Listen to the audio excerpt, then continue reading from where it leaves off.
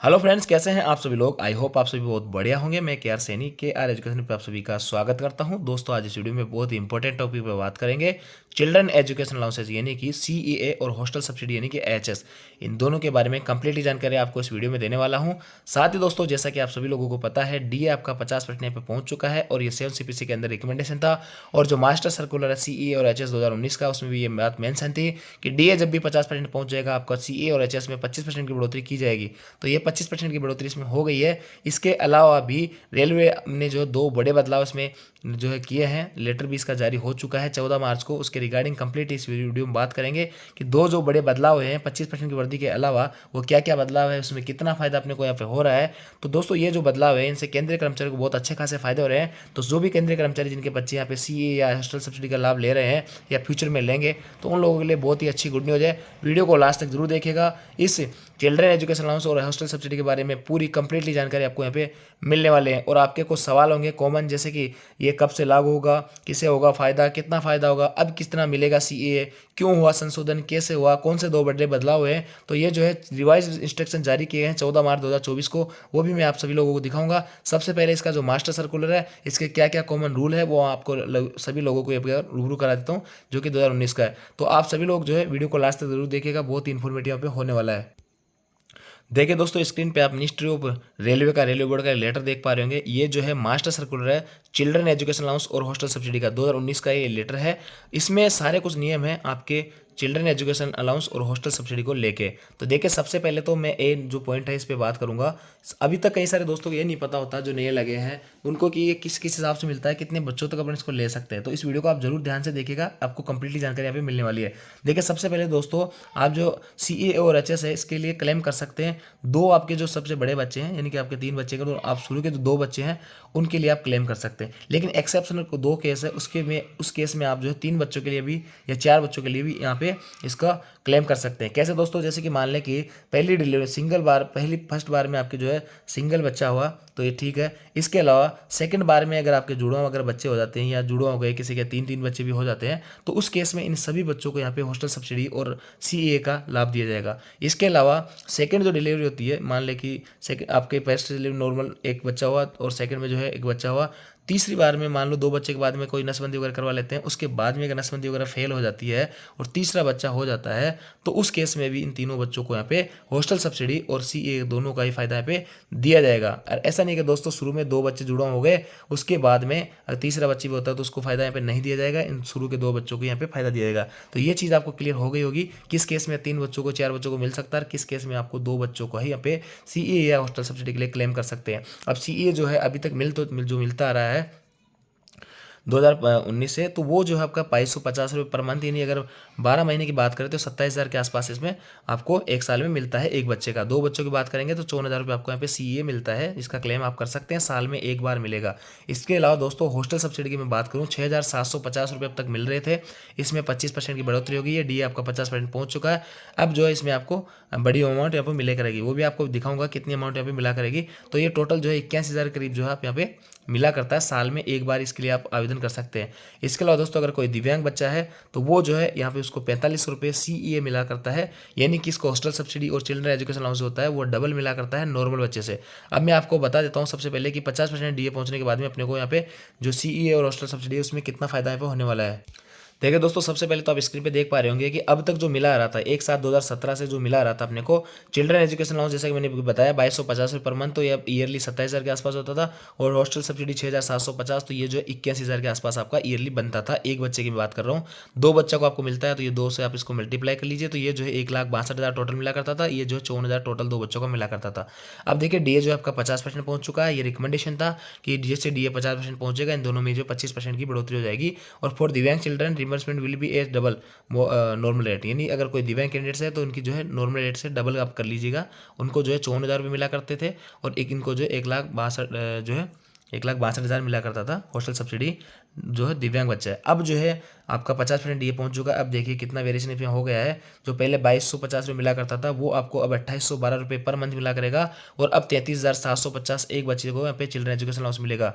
इसके बाद hostel subsidy पहले जो है 6,750 करीब मिला करती थी, अब 8,437 मिलेगी, 25% की वृद्धि हो चुकी है। अब जो है 1,01 1,01,01,250 रुपये मिला करेगा। तो देख लीजिए कितना अंतर हो गया। यहाँ पे पहले 27 मिला करता था, अब 33 मिलेगा, यानी कि 4,000 तो 6,000 तो आपका जो है यहाँ पे सीए में बढ़ गया है। और 2 बच्चों की बात करें तो 12,000 का आपको फायदा होने वाला है।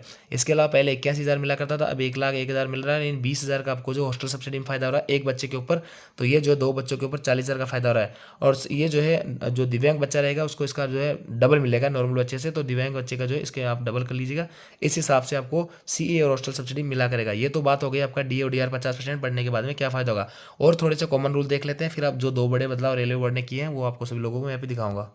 देखिए दोस्तों, नेक्स्ट नियम की अगर बात कर लेते हैं तो हॉस्टल सब्सिडी जो है वो आपको, अगर आपका बच्चा 50 किलोमीटर आपके हेडक्वार्टर से, आपके रेजिडेंस से 50 किलोमीटर दूर अगर वो पढ़ाई कर रहा है तो इसको हॉस्टल सब्सिडी मिलेगी, अन्यथा आपको यह क्लेम नहीं कर सकते हैं। इसके अलावा दोस्तों आप सीए तो आपको मिलेगा ही मिलेगा, चाहे आपका बच्चा कहीं भी यहाँ पे पढ़ रहा हो। इसके अलावा दोस्तों आगे जो नेक्स्ट नियम है वो कह रहा है कि the reimbursement of CA and hostel subsidy shall have no nexus with the performance of the children in his her class in order words. यानी यहाँ पे साफ साफ लिखा हुआ है कि अगर चिल्ड्रन फेल हो जाता है तो भी इसको जो है किसी पर्टिकुलर क्लास में फेल हो जाता है, दोबारा से पढ़ता है, तो फिर भी जो इसको सीए और हॉस्टल सब्सिडी का यहाँ पे लाभ दिया जाएगा। लेकिन बच्चा जैसे कि कोई shall not be stopped however if the child is admitted in the same class. और दोस्तों अगर कोई बच्चा सेम क्लास में पढ़ता है, जैसे कि किसी स्कूल में या फिर 5th में पढ़ रहा है और फिर से जो दूसरे स्कूल में उसको 5th में डाल दिया, तो इस केस में उसको चिल्ड्रन एजुकेशन अलाउंस और हॉस्टल सब्सिडी दोनों का लाभ यहाँ पे नहीं दिया जाएगा। या फिर जो किसी एकेडमिक ईयर में बीच में छोड़ देता है तो भी इसको यहाँ पे फायदा नहीं दिया जाएगा। तो ये नियम पहले था, इसमें थोड़ा संशोधन यहाँ पे हुआ है, वो भी अपन देखेंगे अभी क्या संशोधन हुआ है। इसके अलावा दोस्तों यहाँ पे यानी कि साफ साफ इस नियम में जे में लिखा है कि कोई बच्चा रिपीट कर अगर क्लास करता है तो उसको सीए और हॉस्टल सब्सिडी का लाभ नहीं दिया जाता, अगर फेल होता है तो उसको यहाँ पे इसका फायदा दिया जाएगा।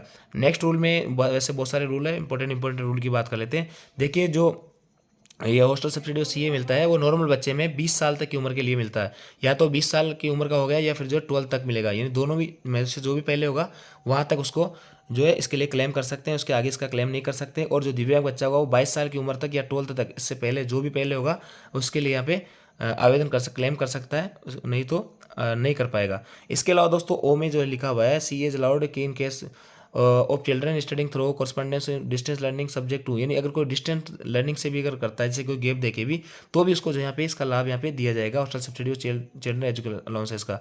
देखिए बहुत इंपॉर्टेंट नियम है, इसी में यहाँ पे संशोधन हुआ है, वो अभी आप सभी लोगों को दिखाऊंगा।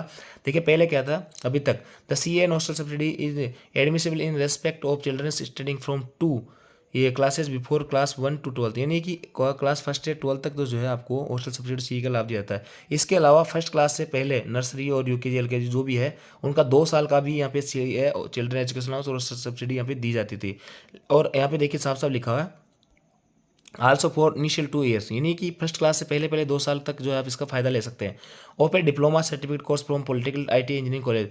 और इसमें आगे जो लिखा हुआ है वो लिखा हुआ है कि आपने 10th जो है, मान लो कि 10th तो नॉर्मल आपने कर ली, इसके बाद में अगर आप 11th 12th नॉर्मल करते हो तो आपको यहाँ पे 2 साल तक फायदा ले सकते हो। और 11th 12th अगर आप नहीं कर सकते हो और इसके बाद में आप ITI करते हो, पॉलिटेक्निक करते हो, बीटेक करते हो, तो आपको जो है यहाँ पे शुरू के जो 2 साल रहेंगे, यानी 11th और 12th पढ़ो या फिर जो है 10वीं के बाद में शुरू के 2 साल है, वहाँ तक आप हॉस्टल सब्सिडी और सीए का लाभ ले सकते हो। चाहे आप कोई भी डिग्री करो, कोई डिप्लोमा करो, कोई बीटेक करो, कुछ भी करो, आप 2 साल तक का फायदा ले सकते हो। जैसे 4 साल की बीटेक है तो शुरू के 2 साल आपको फायदा मिल जाएगा, उसके बाद में 2 साल आप फायदा नहीं ले सकते। कहने का मतलब आपको जो है टोटल 14 साल तक की जो है फायदा दिया जा रहा था अब तक। इसमें बहुत बड़ा बदलाव है और इसके रिगार्डिंग बात करेंगे।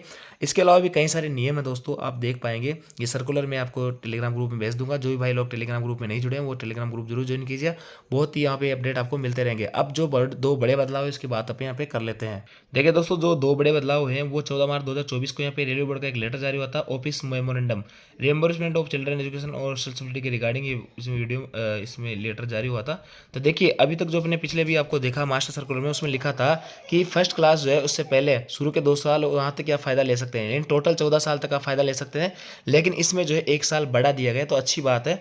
The C and hostel subsidy is admissible in respect of children studying from 3 classes before class 1, यानी पहले क्लास 1 से पहले 2 साल तक फायदा ले सकते थे, लेकिन अब जो है 3 साल तक आप यहाँ पे फायदा ले सकते हो। यानी कि पहली क्लास में पढ़ने से पहले पहले आप 3 बार जो है यहाँ पे सीए और आपका जो है हॉस्टल सब्सिडी यहाँ पे उठा सकते हो to 12th standard irrespective of nomenclature of classes and also for the initial 2 years of a diploma बाकी इसमें कोई चेंजेस नहीं हुआ है। वही है कि 10th के बाद में अगर आप 2 साल की कोई भी या 11th-12th करो, कोई डिप्लोमा डिग्री आईटीआई वगैरह करो तो 2 साल तक ही आपको फ़ायदा मिलेगा।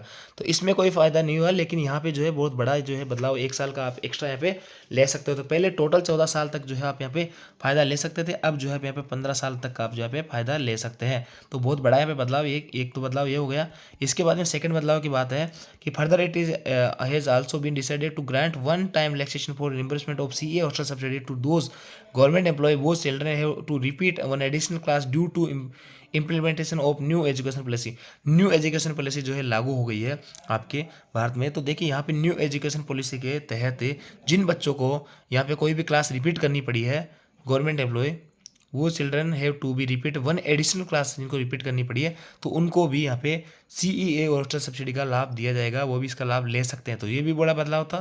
पहले ऐसा था कि आप जो कोई भी क्लास रिपीट करोगे तो आपको कुछ फ़ायदा नहीं होगा, लेकिन इस न्यू एजुकेशन पॉलिसी के तहत जो जो भाई लोगों ने यहाँ पे, जो दोस्तों ने या जिनके बच्चों ने यहाँ पे सेम क्लास रिपीट की है, उनको वो भी जो इसके लिए क्लेम कर सकते हैं। और ये जो है इफेक्ट होगा द ओम सेल come into effect from academic year, जो एकेडमिक ईयर है 2023-24 उसी से इफेक्ट होगा। तो ये दो बड़े बदलाव थे, ये तो आप मैंने आपको बताया है। और शुरू के जो क्या नियम है हॉस्टल सब्सिडी के वो भी, और सीए के वो भी मैंने आप लोगों को बताया है कम्प्लीटली। तो ये जो इस वीडियो में मैंने आपको कम्प्लीटली जानकारी देने की कोशिश की है। फिर भी आपके मन में किसी भी टाइप का डाउट है तो आप कमेंट करके जरूर पूछ सकते हैं। ये दो बड़े बदलाव यहाँ पे रेलवे बोर्ड ने किया था, जिनमें दोनों में यहाँ पे रेलवे कर्मचारी को फायदा होने वाला है। तो आई होप आपको जानकारी अच्छी लगी होगी। वीडियो आपको अच्छा लगा वीडियो को लाइक कीजिए, दोस्तों के साथ में शेयर जरूर करें। Thank you.